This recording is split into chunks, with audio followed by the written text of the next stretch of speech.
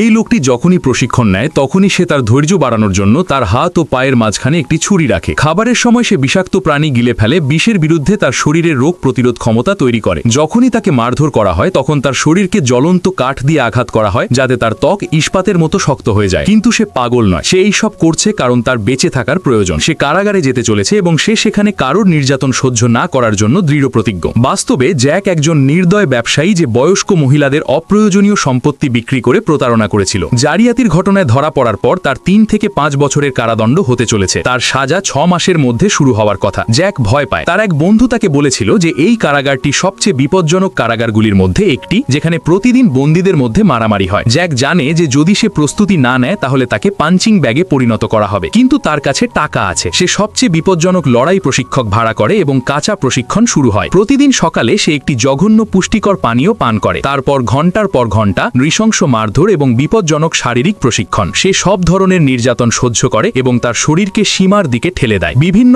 অস্ত্র আয়ত্ত করার পর সে ওয়ান ফিঙ্গার জুইনের প্রাচীন শিল্প শেখে। যখন সে তার মনিবকে খালি হাতে কাঠ ভাঙতে দেখে তখন সে নিজেই চেষ্টা করে, তার সমস্ত শক্তি প্রয়োগ করে। যাই হোক, তার আঙ্গুল তাৎক্ষণিকভাবে ভেঙে যায়, কিন্তু তার মনিব তার পাশে থাকায় তার ডাক্তারের প্রয়োজন নেই। 6 মাস পরে জ্যাক সম্পূর্ণরূপে রূপান্তরিত হয়েছে। যখন কারাগারের বাস আসে তখন অনেক দুর্বল বন্দী কাঁদছে, কিন্তু জ্যাক সম্পূর্ণ শান্ত থাকে। একজন শক্তিশালী বন্দী তাকে উত্তেজিত করার চেষ্টা করলেও জ্যাক একটি ঘুষি দিয়ে তাকে চুপ করিয়ে দেয়। কারাগারের ভেতরে পা রাখার সাথে সাথেই জ্যাক 50 পাউন্ড ওজনের জেলের বসকে খোলাখুলি চ্যালেঞ্জ করে। সে সমস্ত গ্যাং লিডারদের জড়ো করে এবং স্পষ্টভাবে তাদের বলে যে কেউ এগিয়ে আসলে তার সাথে লড়াই করতে সে